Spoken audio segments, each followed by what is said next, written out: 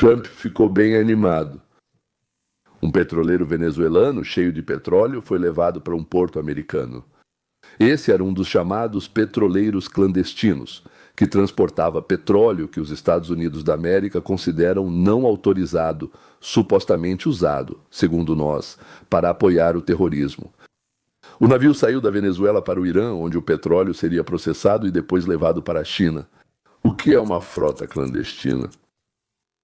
A frota clandestina é basicamente composta por petroleiros antigos, comprados pela Rússia, China, Irã e Venezuela, mas registrados em pequenos países, e sua propriedade é ocultada de forma confusa.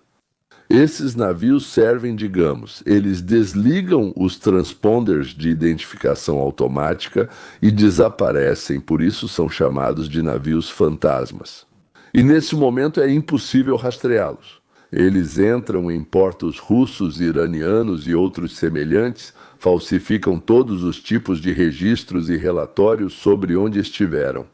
Os navios frequentemente trocam de proprietários fictícios, mudam de nomes, sinais de chamada e fazem de tudo para confundir de onde e para onde transportam petróleo e derivados. Muitas vezes, desses petroleiros, o petróleo é transferido diretamente em alto mar para petroleiros limpos, e esses limpos, por assim dizer, transportam o petróleo sancionado como se fosse legalmente transportado. Analistas estimam que a frota sombria mundial tenha de 1.000 a 1.500 petroleiros. Em 20 de dezembro, os 10 de dezembro, o segundo em 20 de dezembro e em 21 de dezembro, barcos e helicópteros americanos começaram a perseguir mais um, já o terceiro petroleiro. Portanto, de acordo com as normas internacionais, o uso da força deve ocorrer de forma gradual, começando com um aviso por rádio, depois acompanhamento pelo mar e pelo ar. E só depois disso, se a embarcação não parar, não obedecer, não escutar e assim por diante, então acontece, por assim dizer, o que é chamado de apreensão, segundo o direito marítimo dos Estados Unidos da América. O tribunal pode autorizar a apreensão da embarcação se a acusação vier dos guardas de fronteira, do FBI ou da guarda costeira, caso haja suspeitas razoáveis de que a embarcação está transportando algo ilegal ou que algum crime foi cometido a bordo. No momento, ao largo da costa da Venezuela, como eles dizem em inglês, estão circulando 7 navios-tanque falsos. Eles chamam de falsos de bandeira, ou seja, navios-tanque de bandeira falsa, que Washington nomeou diretamente como alvo número 1 para futuras interceptações. Lá, ou algo mais, nós não sabemos. Se há um mês a frota dos Estados Unidos da América parava barcos com drogas, explodia eles ali mesmo, assim que se dirigiam para as costas dos Estados Unidos da América, agora essa mesma frota está parando e afastando navios-tanque com petróleo sob sanção. 2 navios-tanque já estão a caminho do Texas, onde o petróleo deve ser declarado como receita de esquemas ilegais. Sabe por que estou sorrindo? Ainda é preciso provar que esses esquemas são ilegais. Só vão confiscar o petróleo se conseguirem provar isso. Depois, o petróleo será vendido às refinarias dos Estados Unidos da América e o dinheiro irá para o Tesouro. Então, o primeiro petroleiro, o Skyper, que pelo que eu entendi já está no Texas, ele transporta entre 1,6 e 1,9 milhões de barris de petróleo, pelos quais o governo dos Estados Unidos da América pode arrecadar cerca de 100 milhões de dólares. E os outros 2 petroleiros, então, são do mesmo tipo. E bem, eles podem transportar juntos até 4 milhões de barris de petróleo. Ou seja, se realmente estiverem transportando isso, se realmente vendermos esse petróleo, então cerca de 250 milhões de dólares podem ser obtidos após o reboque, a transferência e a venda do petróleo. Eu não sei ao certo se o segundo ou o terceiro está carregado, acho que o segundo está carregado, o terceiro não sei se está carregado ou não. Mas, digamos assim, se estiverem, então todos os 3 navios estão planejados para serem confiscados novamente por meio de decisão judicial. Não é simplesmente querer e confiscar. Sim, é preciso fazer todo um processo específico e depois vendê-los ou alugá-los para transportadoras de petróleo. Sim, Jorge, acho que você realmente está vendo um rápido aumento e escalada da pressão sobre Maduro e seu regime ilegal. Quero destacar isso antes de continuarmos sobre esses dois petroleiros em 2 dias. Isso força os militares americanos, eles realmente estão expandindo suas operações lá, considerando o que temos no sul do Mar do Caribe. Então, se voltarmos apenas alguns dias atrás, como você mencionou, ao bloqueio anunciado, agora você vê como os Estados Unidos da América estão respaldando as palavras sobre o bloqueio com ações reais. Assim, ao observar isso, percebe-se o aumento da pressão militar. Mas, em segundo lugar, e eu acho que isso é muito importante, é o fato de que isso também representa uma pressão econômica. Cerca de 80 meios de exportação e financeiros são usados por Maduro, e digo Maduro especificamente, não a Venezuela, pois ele é muito corrupto. Esses meios vêm do transporte de exportação, especialmente do fornecimento ilegal de petróleo feito por navios da frota sombria, como disse Lucas. O senador Rand Paul, que sempre pede cautela nas relações com os vizinhos, se manifestou contra ataques agressivos à Venezuela. A entrada e saída da Venezuela fazem parte da campanha de pressão dos Estados Unidos da América sobre o presidente venezuelano Nicolás Maduro. Convido Mark Chandler, diretor de Relações Governamentais na Universidade Costel Carolina e também ex-alto funcionário da inteligência militar. Concordo com cada palavra dele, mas tenho uma pergunta. Estamos nós, os Estados Unidos da América, prontos para tolerar a situação com Maduro? E se não, o que podemos fazer para parar o fluxo de drogas para os Estados Unidos da América? É preciso dizer logo de cara que dele vem apenas 1/10 das drogas que chegam aos Estados Unidos da América. Depois, uma quantidade significativamente maior passa pelo Canadá e pela México, talvez passe, mas em menor quantidade. E também forçar a Venezuela. Bem, então, é isso. Aceitar de volta os criminosos que enviaram para o nosso país, ou seja, eles mandavam bandidos para cá, mandavam pessoas meio malucas, de novo, eu mesmo não os vi, mas nossos guardas de fronteira, nossas autoridades dizem isso, e além disso, realmente muitos. Pedir muito, não sei como isso se chama. Gangs em russo, em inglês é gangs. Em russo seria bandos. Provavelmente bandos não reflete corretamente a enorme quantidade de membros dessas próprias gangs. Bandidos tatuados que já cumpriram pena, por assim dizer. Contratados diretamente das prisões, alguns fingindo ter menos de 18 anos. Ai, meu Deus. Em resumo, a Venezuela não quer aceitar de volta esses caras, todos esses criminosos, pessoas problemáticas. E nos Estados Unidos da América, a decisão sobre a guerra, como você sabe, não é tomada pelo presidente, mas sim pelo Congresso. Existem várias circunstâncias excepcionais, mas, por lei, se o presidente iniciar algo urgente sem o Congresso, ele é obrigado a notificar o Congresso em até 48 horas. Se a autorização para a guerra não for concedida, ele é obrigado a encerrá-la em até 60 dias. Trump diz que isso não é uma guerra. Ele diz que não está começando nada disso, que é algo completamente diferente. Isso é para parar o transporte de drogas e petróleo ilegal. Fitrojó, Fitroimigrantes, editor. Assim como os somalis em Minnesota, os venezuelanos, no estado, digamos, Nebraska, rapidamente se organizaram nos Estados Unidos para roubar tudo o que pudessem dos ricos aqui. Notícias urgentes: um grande júri federal em Nebraska indiciou dezenas de pessoas por um suposto esquema de jackpotting em caixas eletrônicos. 54 pessoas foram acusadas de participar de uma conspiração para instalar malware e roubar milhões de dólares de caixas eletrônicos nos Estados Unidos. Uma das acusadas é Ximena Ramina Araya Navarra. O Ministério Público dos Estados Unidos da América diz que ela seria a líder trendejera e artista venezuelana.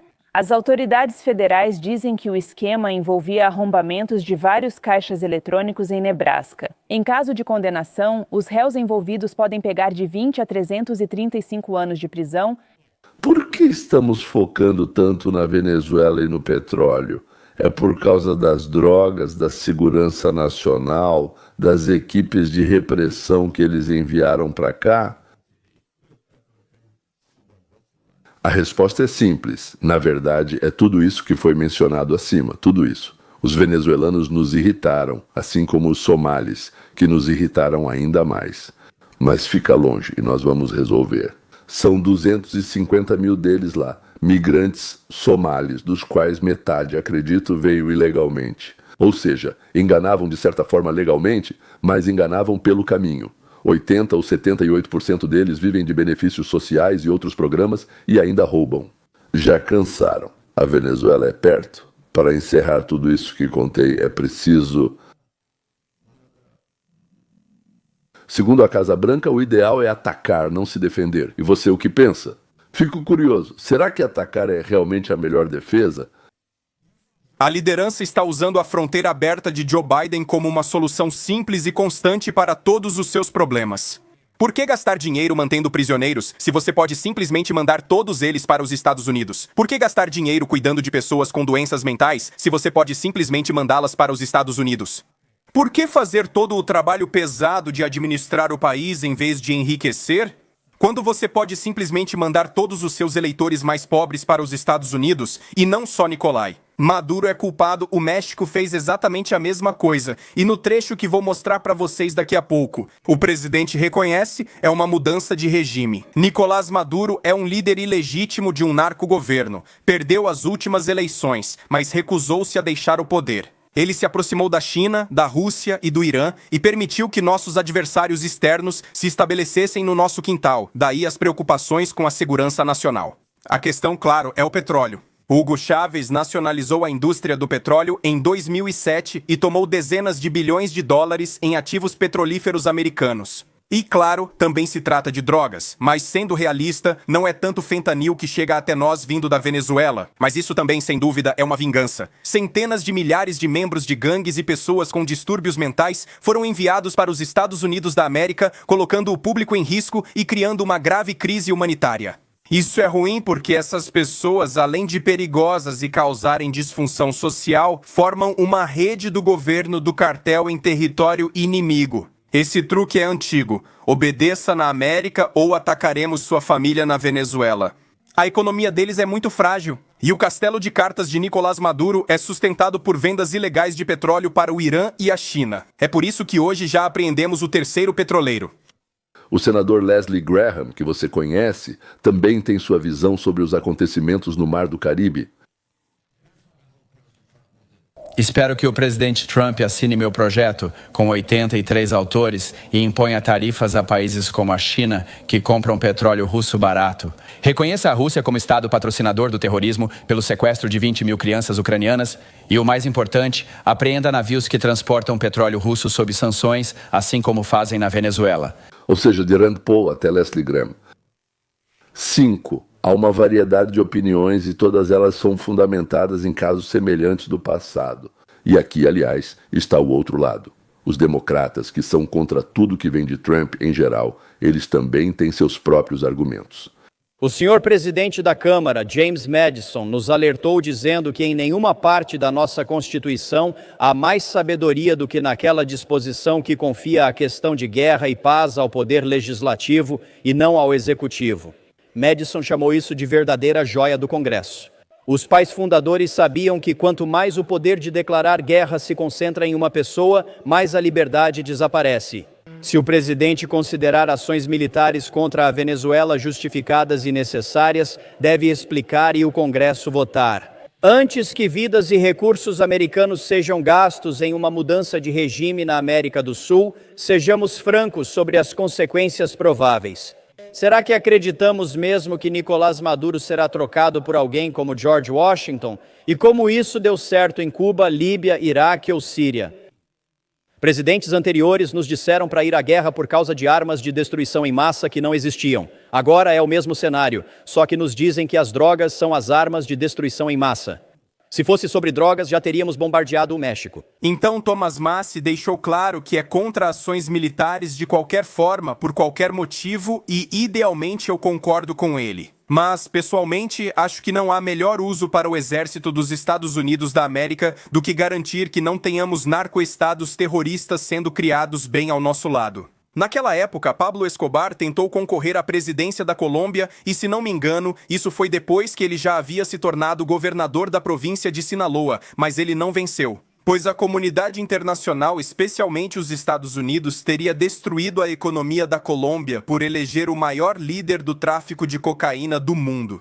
Desde então, esses quase-governos do narcotráfico, apoiados e financiados por políticos que lhes garantem impunidade, fazem com que os cartéis eliminem opositores e repassem parte dos lucros ao governo. Assim, o governo pode negar envolvimento. Eles não enfrentarão condenação nem sanções da comunidade internacional. E vemos isso não só na Venezuela, mas também no México, com sua presidente Claudia Sheinbaum. Uma acusação séria contra a presidente do México, dizendo que ela existe graças aos cartéis, que um acoberta o outro e que ela não é mais culpada pela epidemia de drogas do que Maduro. Eu nem consigo contar quantos opositores políticos dela foram mortos nos últimos 2 anos. E porque a maior parte do fentanil que chega aos Estados Unidos passa pelo México. Donald Trump anunciou uma notícia que deve assustar tanto Claudia Sheinbaum quanto seus cartéis. 3 dias atrás, o presidente classificou o fentanil como arma de destruição em massa. Isso tem enormes consequências para o México, não só para a Venezuela. O fentanil vem do México e sabemos que a presidente do México, Claudia Sheinbaum, tem amplos vínculos com os cartéis. Então, o que você acha que isso significa para o hemisfério e para as relações bilaterais entre nós e o México? Eles precisam ficar mais atentos. Agora há um novo xerife na cidade, Donald J. Trump, ninguém supera MM no cenário mundial. Eu não quero que ele dê aula na escola dominical da minha filha, mas caramba, eu adoro ele na Casa Branca porque ele vai atrás dos caras maus, e eles sabem disso. É por isso que não somos mais desrespeitados no cenário internacional, como fomos nos últimos 4 anos sob o Biden. Enviaríamos cartas ameaçadoras ou pediríamos permissão à Organização das Nações Unidas. Agora temos um presidente de verdade na Casa Branca que entende tudo. Por isso, a América está militarmente mais forte do que nunca. Esse foi Tom Burchik, ele é um congressista do estado do Tennessee, ou seja, da Venezuela. Isso é preparação, ensaio, treinamento de um roteiro para parar o fluxo de drogas, banditismo de milhões de camponeses semi-analfabetos que, por assim dizer, vinham para cá e, em geral, continuam tentando vir. Pessoas que não conseguem se sustentar sozinhas lá em algum lugar e realmente não conseguem participar da nova economia de forma alguma. Simplesmente não conseguem. Ou seja, o fluxo, na verdade, não vem tanto da Colômbia e da Venezuela, mas sim do nosso vizinho muito maior e muito mais próximo chamado México. Os cartéis mexicanos. A coalizão governante do México, Andrés Manuel López Obrador, está seriamente manchada por ligações com barões do narcotráfico. Sim, provavelmente de outro jeito no México é impossível, o que não justifica o México aos nossos olhos. A inteligência dos Estados Unidos da América, por exemplo, rastreou a transferência de $2 milhões para a campanha eleitoral de Loleza Obrador. Isso foi em 2006, ele foi presidente do México antes da Cláudia, Claudia Sheinbaum, naturalmente. Além disso, AMLO recebeu, por meio de 2 conselheiros do presidente, desse mesmo de quem eu falei, $4 milhões do fundador do cartel Los Cegas. Além disso, o cartel de Sinaloa, já conhecido por nós, enviava grandes somas em dinheiro vivo para as necessidades pessoais da alta cúpula do governo. No México, Cláudia continua o modelo de segurança militar, ou seja, ela mantém o exército patrulhando as ruas, mas ao mesmo tempo, junto com essa tentativa de estabelecer alguma ordem, digamos, nas prisões deles pela tradição dos nossos vizinhos latinos, continuam a torturar. Ou seja, líderes da oposição desaparecem de repente. E de vez em quando, digamos, as forças de segurança eliminam prisioneiros sem julgamento, sem qualquer consequência por parte do presidente ou de qualquer outra autoridade. Durante o ano de sua presidência, desde outubro de 1924, foram registrados 21 assassinatos de políticos em exercício, como prefeitos, deputados, candidatos de vários partidos, principalmente da oposição, Sheinbaum. Mas durante o período da campanha eleitoral de 1924, cerca de 60 políticos foram assassinados. Ou seja, a campanha eleitoral mais sangrenta do México. suspeito que talvez até do mundo. Alguns dos assassinados eram do partido Sheinbaum, acho que se chama Morena. Esse partido fazia parte do bloco do próprio AMLO. E enquanto antes os assassinatos eram públicos, agora, na era Sheinbaum, não sei se tem a ver com ela, só a chamei assim porque está no poder agora. Principalmente sequestram e depois não se sabe mais nada sobre essas pessoas sequestradas. Nós não sabemos se tudo isso está ligado a Cloud ou se é uma tomada de poder ainda maior pelas organizações criminosas. De qualquer forma, o México, seja há muito tempo ou recentemente, tornou-se um país onde o crime governa, mas isso não é motivo para atacá-lo e conquistá-lo. Digamos, Rússia, Ucrânia, é a mesma coisa, são países governados pelo crime. Eu suponho que significativamente mais de 90% de todos os países do mundo, em toda a história da humanidade, da nossa civilização pelo menos, são sociedades onde a elite criminosa governa, e isso é mais normal do que o contrário. Na Rússia, ela se uniu à burocracia e, ao que tudo indica, o mesmo ocorre no México. Aliás, na Venezuela, com a chegada de Maduro, aconteceu a mesma coisa, ou seja, ou os cartéis tomaram os cargos burocráticos, ou houve uma fusão entre eles. Não sei ao certo, mas hoje eles agem como um mecanismo coordenado, sem precisar entregar milhões de dólares por baixo dos panos. Então, mais uma vez, isso não é motivo para declarar guerra ao México. Trump afirma, e de forma infundada, que o governo mexicano protege os cartéis, que realizam atividades subversivas nos Estados Unidos da América porque trazem drogas, armas, prostituição e pequenos escravos. Até 14 anos. O país México, de forma alguma, impede esse movimento de mercadorias para o território dos Estados Unidos da América, todas as mercadorias que mencionei, incluindo a prostituição. O México não parou de forma alguma as caravanas de ilegais que vêm para cá, apesar dos inúmeros apelos de Trump. Os traficantes de drogas, aos nossos olhos, são terroristas. Trump considera os cartéis como organizações terroristas estrangeiras e está em guerra com eles. O fato de que o México não luta contra eles, ou luta de forma insuficiente, ou finge que está lutando, vai saber, na verdade faz do país um cúmplice do terror.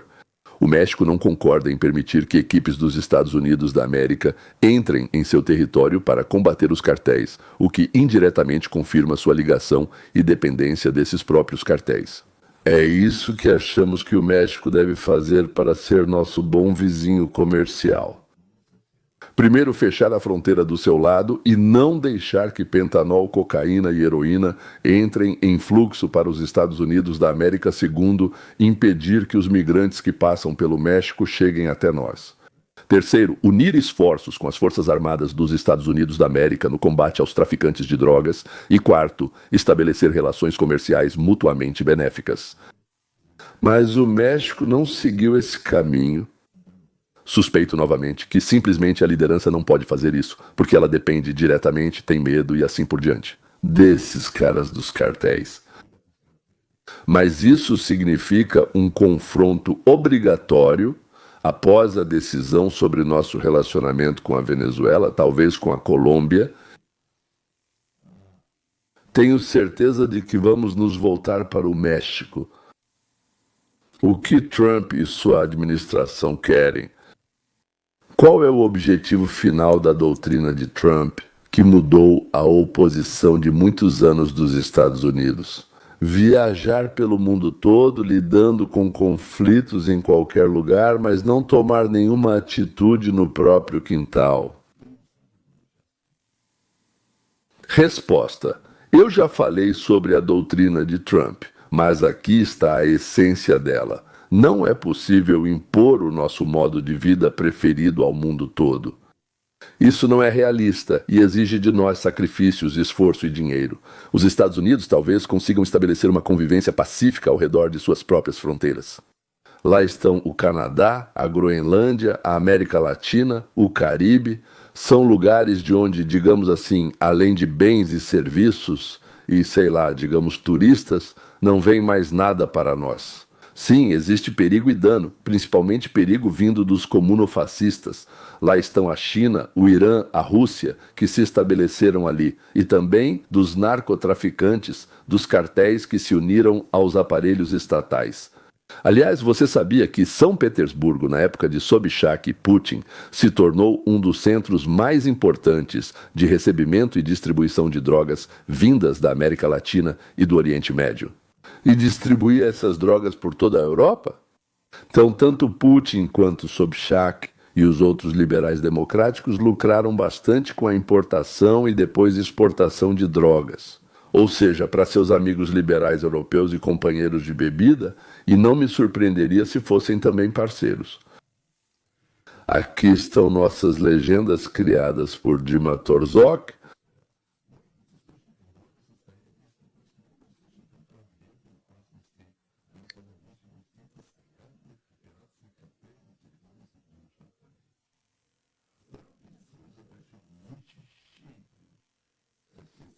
Ah, não, Voldemort.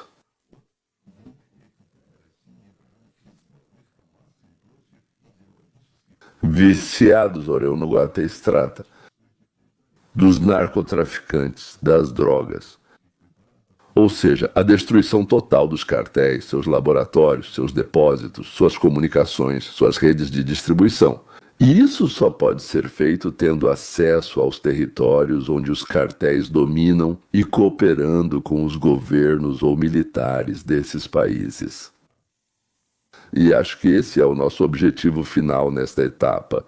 Bem, o objetivo final mesmo, claro, é criar aquele espaço, o chamado paraíso na Terra, mas esse é o objetivo final intermediário. É isso que acabei de contar para vocês.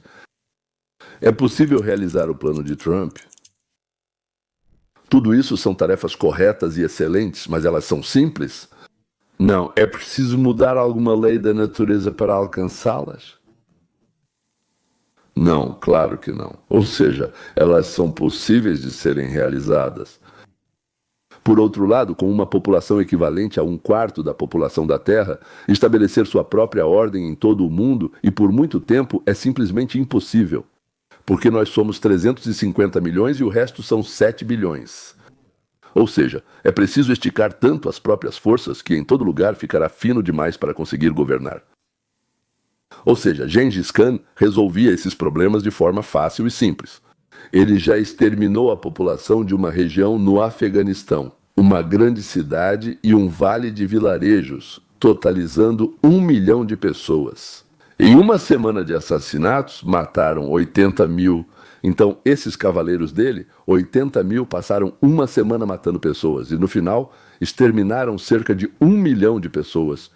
E isso causou tanta impressão no mundo ao redor que ninguém mais se rebelou, mas os Estados Unidos da América não podem, e provavelmente não vão, por não entenderem a ordem, exterminar 1 milhão de civis.